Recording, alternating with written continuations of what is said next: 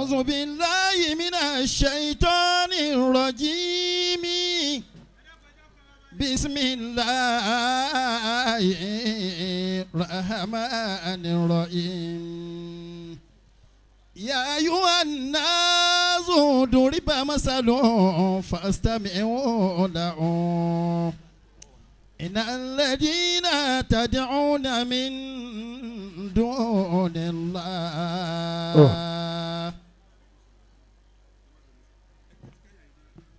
لا يخلقوا ذبابا ولو اجتمعوا له وإن يسلبهم الذباب شيئا لا يستنقذوه منه ضعف الطالب ما قدر الله كقدره إن الله لقوي عزيز الله يستوفي من الملائكة رسلا ومن الناس إن الله سميع يعلم ما بين أيديهم وما خلفهم وإلى الله ترجع الأمور.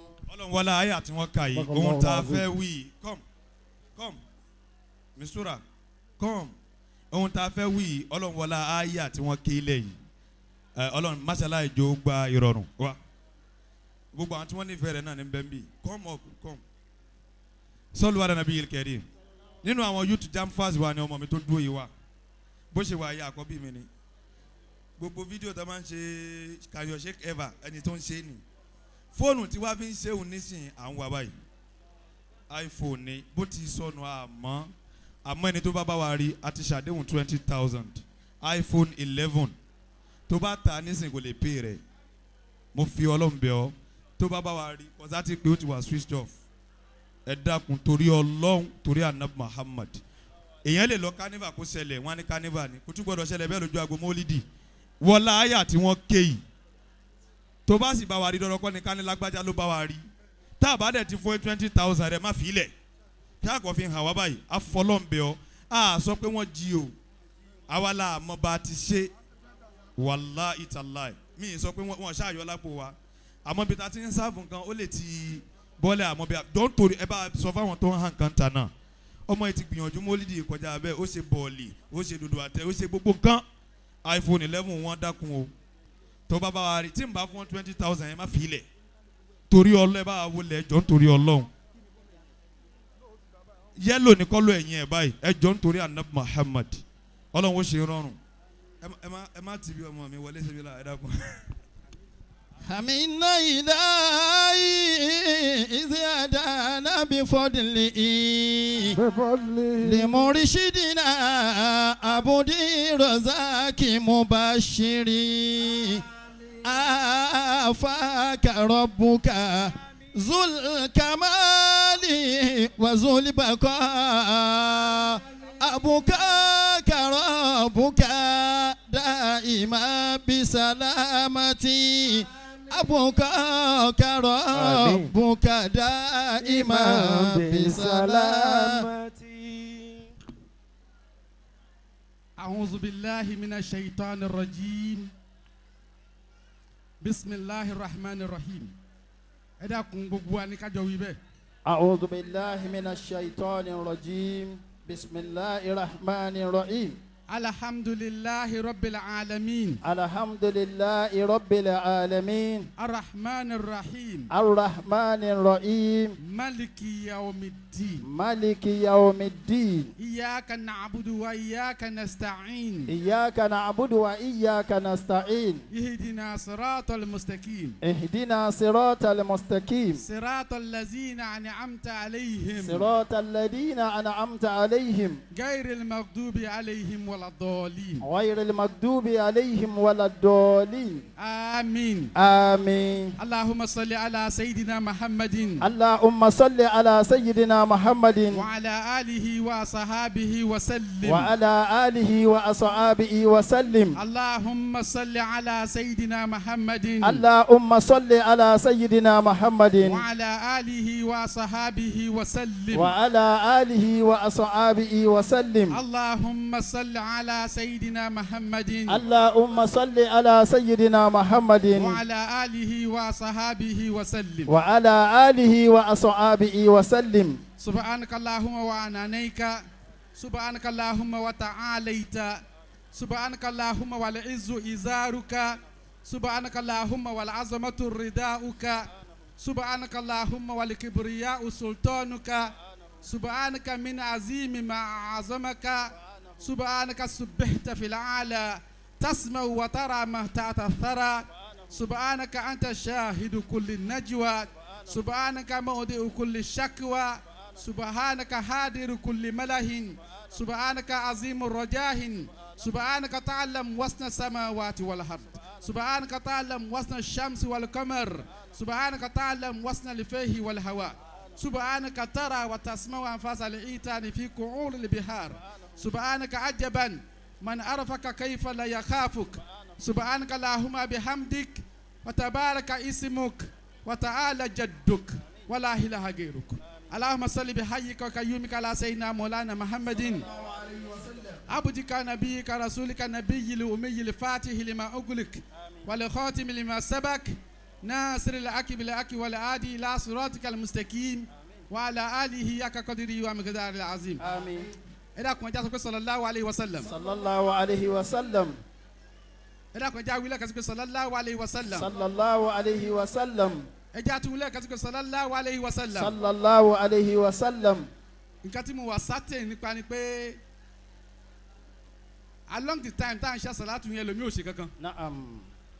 ọ̀gá wa ọ̀rẹ́ tèmi lànà Muhammad. Sallallahu alayhi wa sallam. ọ̀gá mi ọ̀rẹ́ mi aṣáájú ọ̀dà Muhammad. Sallallahu alayhi wa sallam. ó lẹ́ni tí wọ́n bá dárúkọ òun létí ẹ̀ tí ò bá ṣàṣàlátù fún un ó láhùn ni àwọn sì wọná. kò dẹ̀ wù mí kí ẹnìkankan wà níbí kí wọ́n pè ní ahun. Sallallahu alayhi wa sallam. When you want something and you get it, that is the direction of the Almighty Allah. When you want something and you are denied, that is the protection of the Almighty Allah. Tabanika Salatu, we are seeking for ourselves al-hidayah, direction from the Almighty Allah. Anabi oni nkan tó yẹ fi asalatu yẹn ṣe. Ẹ jẹ́ n gbé báyìí. Torí bíbí ànábì là wá débí. Là ń wá débí. Torí bíbí ànábì là bá débí. Là ń bá débí. Ká ṣàṣàlátù fún ká ṣe kọ̀sídà. Torí bíbí ànábì là bá débí. Torí bíbí ànábì là bá débí. Torí bíbí ànábì là wá débí.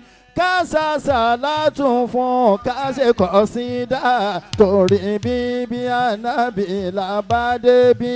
Torí bíbí ànábì là bá débí. Là bá débí. Torí bíbí ànábì là bá débí. Là bá débí. Kánáwó kánára. Torí Muhammad. Torí bíbí ànábì là bá débí. Torí bíbí ànábì là bá débí. Torí bíbí ànábì là bá débí. Kánáwó kánára. Torí Muhammad. Torí bíbí ànábì là bá débí.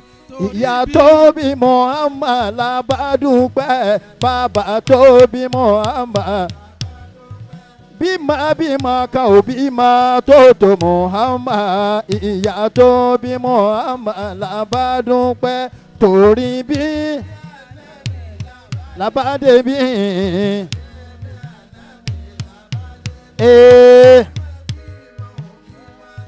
Muhammad torí bíbí ànábì là. Muhammaduna lọ̀rẹ́ wa. Muhammaduna lọ̀rẹ́ wa. Ali Muritada Nabi Muhammaduna lọ́rẹ́. Anabi labade bi nítorí bí anabi sallallahu alayhi wa sallam. Where the caption attention wa ni. Naam. Where the caption attention wa ni. Kọ́lọ̀. Torí bí anabi labade bi nítorí bí anabi labade bi. Torí bí anabi labade bi torí bí anabi la ṣe ń wá. Aṣíwájú ẹ̀dá Ànábì Muhammad torí bí Ànábì la. Ìyá tó bí Muhammad la bá dúpẹ́, bàbá tó bí Muhammad la bá dúpẹ́. Bímọ kan ò bímọ tó tó Muhammad, ìyá tó bí Muhammad la dúpẹ́ fún. Ọmọ Abdullahi la gbádé fún. Ọmọ Aminatu lágbá ma Abdullahi lágbádé fún ọmọ Aminatu la. Ali Muritada láàrin ẹ̀rún rẹ̀. Ali Muritada láàrin ẹ̀dá ẹ̀. Ọmọ Abdullahi lágbádé fún Ali Muritada láàrin ẹ̀dá rẹ̀. Ìyá tó bí Muhammad lágbádé wọn, ìyá tó bí Muhammad ládùn. Bàbá tó bí Muhammad lábàdúpẹ́, ìyá tó bí Muhammad. Bímọ kan ò bímọ tó tó Muhammad, bàbá tó bí Muhammad lábàdúpẹ́.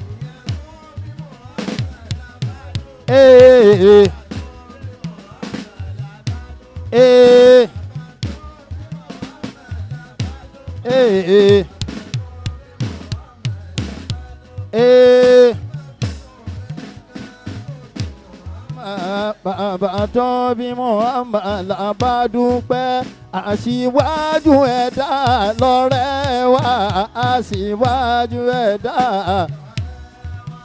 Aṣíwájú ẹ̀dá lọ́lá dá pé. Aṣíwájú ẹ̀dá lọ́lá dá pé. Ọlọ́run ò dẹ́nìkan. Tótó Muhammad aṣíwájú ẹ̀dá lọ́lá dá pé. Amina. Sallallahu alayhi wa Mo sallam. kí ìkàlẹ̀ àwọn àgbàlagbà ẹ jẹ́ n kí látọ̀dọ̀ bàbá wa. Naam.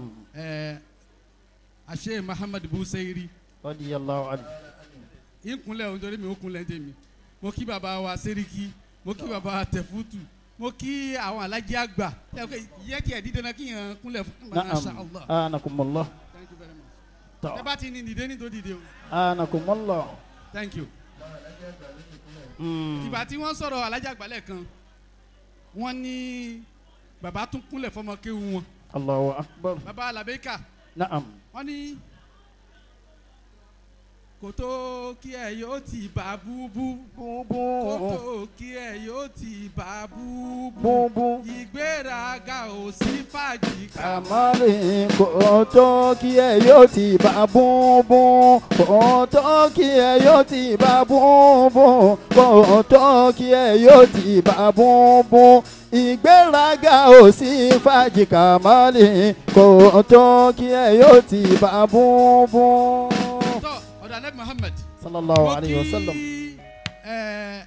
Àṣẹ Muhammad Taofik. Naam. Where is he? Ọlọ́dún òní. Ọlọ́run bá a ṣe àlékún àlùbáríkà fún. Àmín. Ọlọ́run bá a ṣàlékún ẹ̀mí gígùn fún. Àmín. Bá a ṣàlékún dùnnú fún. Àmín. Gbogbo ibi tó bá dájú kọ wọlé àkàlẹ̀ gbogbo àwọn ẹni Ọlọ́run yìí Ọlọ́run yóò máa pàdé àánú Ọlọ́run ni. Àmín. Ìtò bá dáwọ́lé kó máa yọrí sí dáadáa. Ìtò bá kẹ́yìn sí kọ́lọ́run kọ̀yìn síbẹ̀. Àmín. Ọlá Mustapha Muhammad. Sallallahu alayhi wa sallam. Ọlá la ilaha illallah. Àmín. Ọlá Muhammadu Rasulullah. Sallallahu alayhi wa sallam. Ọlá bá nàbì ti tó. Naam. Ọlá bá nàbì ti tó. Sallallahu alayhi wa sallam. Aka waduha. Waduha tọ́lọ́run fi dùn alẹ́ Muhammad nù. Sallallahu alayhi wa sallam. Ìdùnnú gbogbo Ọlọ́run bá a ṣe fún Ají Muhammad Taofik. Àmín. Wàlálà ilàlẹ̀ hamami insha Allah. Àmín. Ẹ dákun gbogbo wa tábà máa waduha ká is a gift from us to him now.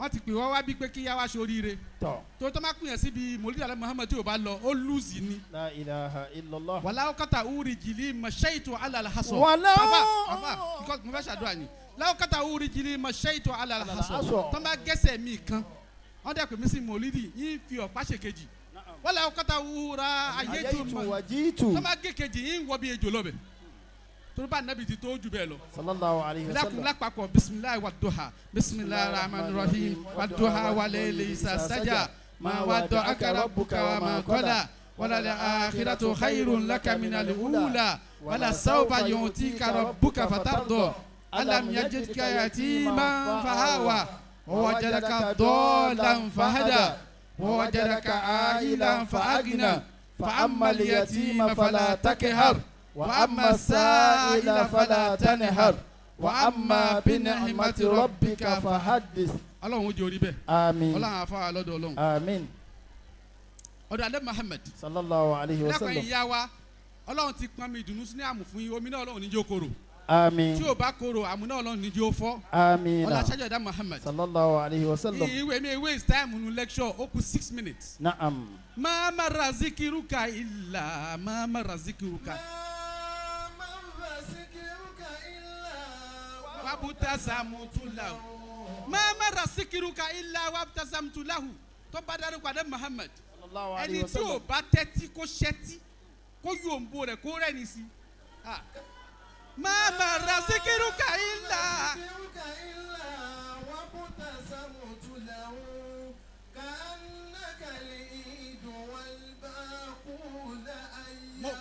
afa tó kọ́ bóyá kọ́ ni mo lè ní correct. doka le bakuna ayyamu. martaba ni ẹ ma fi nkọ ni. naam. mama razikiruka illa wabutasamtulahu abula azahimi ló kọ. naam. ó ní ọ̀ ní dárúkọ adé Muhammad illa wabutasamtulahu àfi kí n smile. naam. ó wá ní ka anakali idu ó dà gẹ́ mi pé wọ́n ní Muhammad lọ́dún ajabula kim. naam. ìmú aṣáda fún jí àǹjì. ka anakali idu. tọ́ba ní iṣẹ́ bàkàlà oní kọ́mpìnì mo ní kọ́mpìnì jí àǹjì. anakumullah. mama razikiruka ọmọ bí Muhammad sallallahu alayhi wa sallam.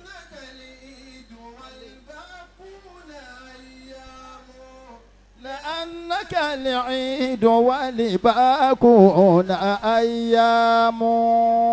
àfààní mama razikiruka ní dárúkọ ọ̀gá mi ilà wabutasamtulahu I will smile to that hearing.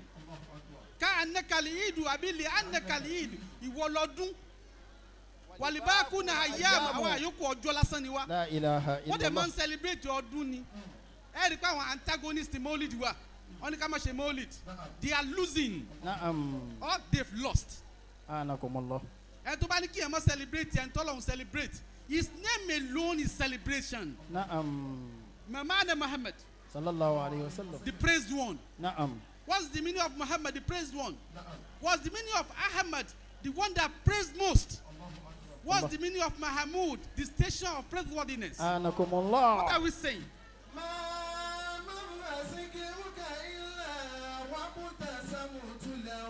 Olùkọ́ pọ̀ lọ́dọ̀ Ọlọ́run ó ṣe sọ ní Muhammad tí ìbá fẹ́ pé kó fẹ́ ká máa yìn ó tún pè ní Ahamadu nítorí pé òun ló mọ Ọlọ́run yín jù tó bá dálì kíámọ̀ ẹ dákun it's not no apology alikiyama is all about Muhammad nítorí njọ́ yẹn iṣẹ́ gbogbo wa ò ní wúlò tí o bá ti ṣìpẹ́ Ọlọ́run ní wẹ̀ ní kankan. La ilaha illallah.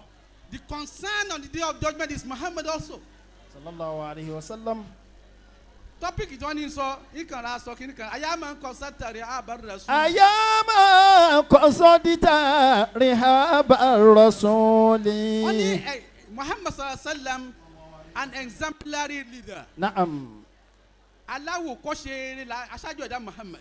I'm going to just say one of it. ayáma ń kọ sọ́dítà. billions ni. Naam. ó wà innumerable. ó wà infinite. Naam. ayáma ń kọ sátà rihaba rasuli. ìwọ tó fẹ́ gbọ́ ọ̀rọ̀ nípa Muhammad. atasimahu minni fa indi kabar. wá gbọ́ tí n fẹ́ sọ kó tẹ́tí. báà kọ́nìkan sátà di mẹ́nà sírì. ẹ̀ǹtẹ̀ ní sọ́npẹ̀ yìí kò sí irú rẹ̀ rí. Saliman Nawaya. Saliman Nawaya. Aliyal Bikar.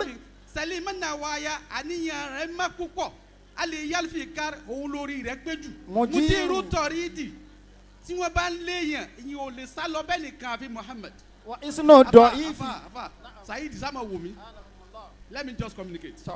Mudiru Toridi tó bá léèyàn Ànábì nìkan ni yóò lè lé lọ́ba. Sallallahu alaihi Afa wasallam. èèyàn nìkan kọ́ tó bá lé ẹranko tára bá ní ẹranko Ànábì náà ló lọ lè complain fún. Sallallahu alaihi wasallam. Ẹnìkan wá ní kí n má pe Muhammad. Sallallahu alaihi wasallam. Tí wọ́n bá lé ẹranko kan màlúù ni. Na'am. Màlúù wọ́n lò lòkulò ó sì wá bá dé Muhammad ó sì Sallallahu alaihi sọ̀rọ̀ sí wasallam. létí Ànábì sì lọ lè gbìjà rẹ̀. La ilaha Mílítà sẹ́yìn Allah. Mudiru Toridi wa isnu da'ifi. tíyẹn bá jẹ́ ọ̀lẹ Ànábì nìyó òun ni ó kíyàn lẹ́yìn tíyẹn ò fi da lágbára. wa kanzul mahilli iza mafutakar. Kanzul muhili iza maftakar tó ṣì bá táyàn Ànábì ní máa ń rọ̀yàn lọ́rọ̀. wa imma su'ilta. Àbá mo fẹ́ lọ bí tí n lọ yìí. Na'am. Tó bá ní example wo ló wà lára Ànábì tó jọ mí lójú jù. Sallallahu alaihi wasallam. Ẹ mọ̀ Na'am. ìtìjú ni. Allahu akbar. Hayyun innahu hayyun. Sallallahu alaihi wasallam. Ànábì a máa tijú púpọ̀. Ìtìjú. Kí mo pé wí ládùúgbò àwọn. Innahu ayyiyun. Kò sí ìwà tọ́lọ́ lè fún yàn tó tìjú. Tíyẹn bá ní tìjú kò ní rí ọ kò ní ṣẹlọ́n. Allahu Yóò máa tijú akbar. pé sọ́lọ́hún wa inú Ọlọ́run ó dùn kó bá mi bí eléyìí. Ẹnìkan ò wá tijú tàn ní Muhammad. Sallallahu alaihi wasallam. Ànábì a máa tijú bàtàn fẹ́ ròyìn bá Ànábì máa tijú wọ́n ní máa ń tijú bíi múndíá tí ò tí ì lọlé ọkọ. Allahu akbar. This is a man that really look up. Anakumullah. Ànábì yẹn fẹ́ wókè orúkọ rẹ̀ sì ni wọ́n dá lókè. Ta. Sallallahu alaihi wasallam. Ibi tójú ti dé Ànábì yẹn kí la ilaha illallah. Muhammad Rasulullah. Ẹ jẹ́ sọ̀kan fún wa mẹ́kì wá ṣe subhana rabbika. Na'am. Sallallahu alaihi wasallam. Ànábì níyàwó tó pọ̀ àbí. Na'am. Wọ́n á sì máa pín oorun ni. Wọ́n máa ń pín oorun Wọ́n sùn máa ń pín ní. oorun. Ànábì wa wà ní yàrá ìyá wa Zayn Hafsa. Na'am. Ìyá wa Hafsa. Na'am. Torí àwọn ìyá wa Ànábì ìyá wa ni. Ìyá wa Ẹ tí ni ò wọ́n. bá ti gbà wípé ìyá wa Ànábì ìyá àwọn ni kì í ṣe mùmínì. Anakumullah. Condition tí fi wà àlùjànnà ni pé kí n gbà pé àwọn ìyá àwọn ìyá mi. Ìyá wa ni. Àlùjànnà mi sùọ́. Tọ̀. Òun ni. Wọ́n bẹ nù yàrá wọn. Àlùjànnà tọ̀lù mi ò dá ọ̀tí ẹ̀. Anakumullah. Àlùjànnà mi ẹ̀ mọ̀ ká tí mo fi lọ sùọ́. Tọ̀. Ọlọ́run pa Ànábì láṣẹ kan nínú Qur'an. Ó ní fa'lam annahu la ilaha illallah. Ó ní wastaghfir li dhanbik walil mu'minina wal mu'minat. Ó ti tọrọ àforíjì mi náà. I Anakumullah. don't have a problem. Ó ní mà kọ́lọ́hún lọ́lọ́hún. Tọ̀. Tọrọ àforíjì tiẹ̀ kó o sì tọrọ àforíjì fáwọn mùmínì lọ́kùnrin àti lóbìnrin. Ìkẹyọ̀ kí tó kù ni kò fẹ́ràn òun. Sallallahu alaihi Bá ti wasallam. fẹ́ràn rẹ̀ ó ti lọ. Na'am. Àfa Anabi wa ń bẹ nù yàrá ìyá wa. ó wà ní yàrá wa ìyá wa Hafsa. Hafsa. Àríkọ́ṣe kan fẹ́ ká kọ́ lára ọ̀gá mi o Na'am. ọ̀rẹ́ mi Muhammad. Sallallahu alaihi wasallam. Ó wà ní yàrá ìyá wa Hafsa. Na'am. Ibà dẹ̀ mu. Tọ̀. Ibà máa ń dàmà nàbì kankan mi ẹ̀ ṣe jù bá lọ. Alihuma walitirab. Anakumullah. Ibà máa mu ẹni tí ìbá rẹ̀ kó lọ lè furasí rẹ̀ ọmọ náà ni. Tọ̀. Sẹ́yìn Abubakar Siddiq ó lọ lè bá ọ̀gá wa Muhammad. Sallallahu alaihi wasallam. Anabi ròyìn náà wà ní anabi ṣáàbọ̀ mẹ́ báyìí wọ́n mọ atrocities tí wọ́n commit before Islam.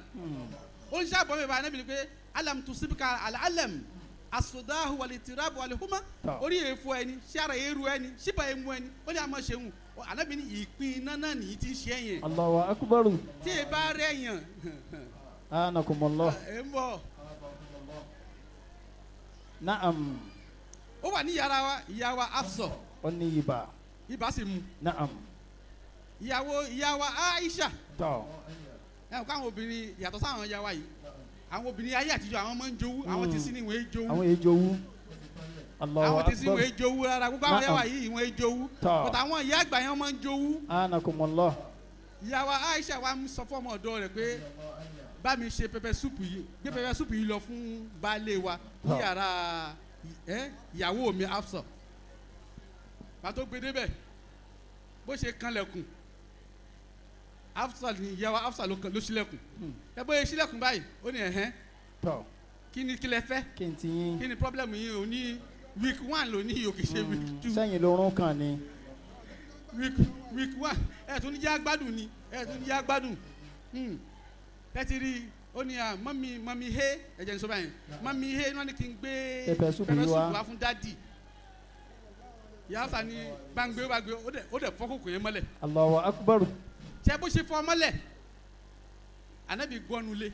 Sallallahu alayhi wa gbogbo sallam. kí ni yẹn ló farabalẹ̀ gbọ́ ọ̀gá mi ọ̀rẹ́ mi mọ́. Sallallahu alayhi wa sallam.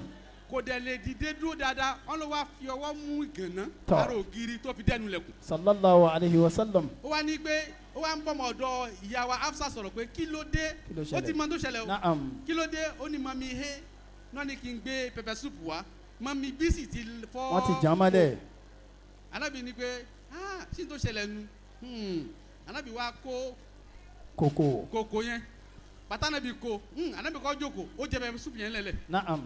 Sallallahu alayhi wa sallam. Ọ̀gá mi jẹ́ nílé lẹ́lẹ̀. Sallallahu alayhi wa sallam. Ó wá kó kòkó yẹn padà Anábì wá tó bẹ́ẹ̀ pé ẹ́jìsì yẹn Anábì try láti má jẹ Anábì kan jùmọ̀lẹ̀ ní wá fọ́. Allahu Ó akbar. lọ sọ́dọ̀ mọ́mí he Naam. sọ fún wọn yìí pé kòkó jábọ́ lọ́wọ́ mi ṣùgbọ́n mo ti jẹ pepper soup yẹn Allahu subhana rabbika. Rabbil izzati amma yasifun wa salamu ala al-mursalin walhamdulillahi rabbil alamin. Madalla. Gbogbo ẹ̀yin mami.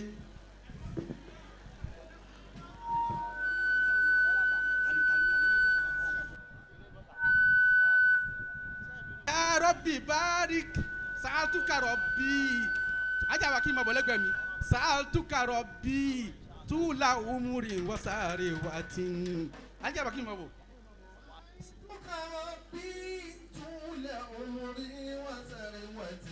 lihabudili hakimi jiyanji bi Muhammadin.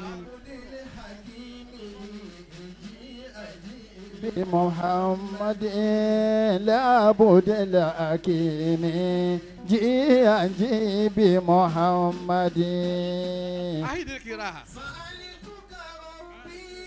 tula umuri wasari watin. وذروتي lihabudili hakimi. جي بمحمد لابد الحكيم جي بمحمد.